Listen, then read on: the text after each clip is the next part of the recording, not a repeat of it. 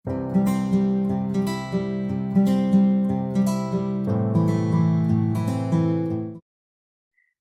semua, Assalamualaikum warahmatullahi wabarakatuh. Apa kabarnya? Kali ini saya akan mempresentasikan diskusi pertemuan kedua dalam mata kuliah keterampilan atau pembelajaran berbicara.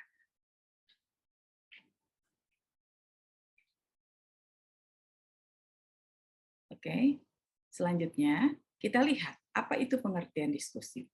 Diskusi itu berasal dari bahasa Latin yaitu discutere, artinya membeberkan masalah. Diskusi dalam jawaban singkatnya adalah memberikan jawaban atas pertanyaan atau pembicaraan serius tentang suatu masalah yang objektif. Sementara dalam arti sempit, diskusi itu adalah tukar-menukar pikiran yang terjadi di dalam kelompok kecil atau kelompok besar. Diskusi yang dibahas adalah sekelompok orang bertemu dengan seorang pemimpin terlatih atau yang sering juga kita sebut sebagai narasumber untuk mendiskusikan topik yang merupakan minat bersama, sehingga setiap anggota mengemukakan pendapatnya, baik tertulis maupun lisan tentang suatu topik.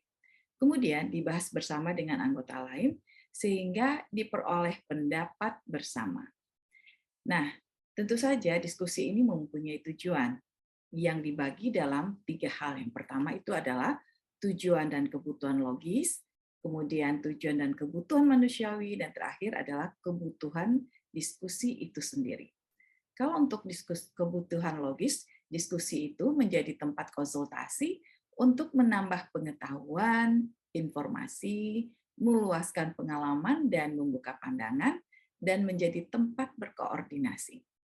Kalau untuk kebutuhan manusiawi, menjadi tempat untuk mendapat pengakuan atau penghargaan, menampilkan kelompok atau individu, menyatakan partisipasi, memberikan dan mendapatkan informasi, serta menunjukkan interaksi. Nah, sekarang kita lihat kebutuhan diskusi itu sendiri.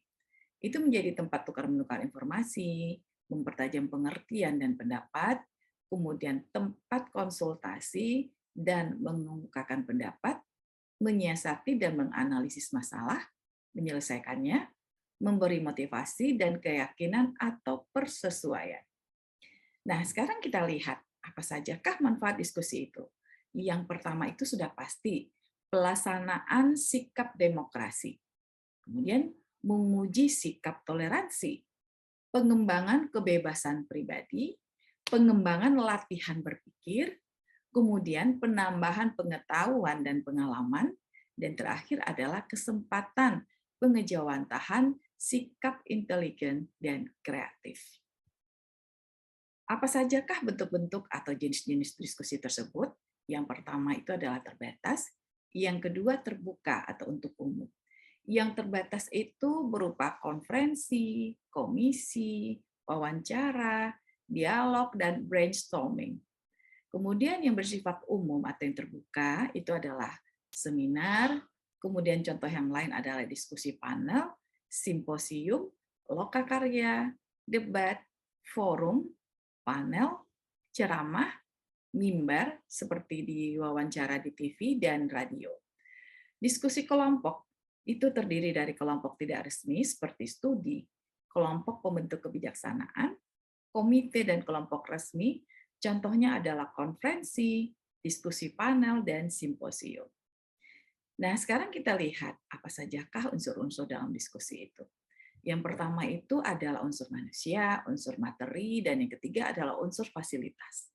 Unsur manusia itu terdiri dari pimpinan atau moderator, dan sekretaris atau notulis, kemudian peserta mengambil bagian bicara atau pembicara atau pembrasaran, kemudian pendengar atau publik, umum, atau audiens. Sementara unsur materi itu harus ada masalahnya, atau topik, atau tema yang akan dibicarakan. Sementara yang lain adalah unsur fasilitas. Harus ada ruangan, meja kursi, alat audiovisual, papan tulis, kertas, dan sebagainya. Pelaku diskusi kelompok. Yang pertama itu sebenarnya secara umum, pada diskusi kelompok tidak resmi terbagi menjadi dua. Ada ketua dan ada partisipan. Sementara manfaat diskusi kelompok itu adalah pelaksanaan sikap demokrasi. Tentu saja ya, dengan berdiskusi kita belajar bertoleransi juga, yaitu jadinya pengujian sikap toleransi. Kemudian bagaimana juga diskusi itu bermanfaat untuk pengembangan kebebasan pribadi, pengembangan latihan berpikir, penambahan pengetahuan dan pengalaman, kemudian kesempatan pengejawantahan sikap intelijen dan kreatif. Nah, hal-hal apa saja yang harus dihindari dalam diskusi? Yang pertama, hindari bertukar pendapat dengan hanya didasarkan pada apa yang akan dibagi oleh salah satu pihak saja. Jadi diskusi itu tidak boleh berpihak. Kemudian kedua, hindari mengulangi kata-kata yang sama.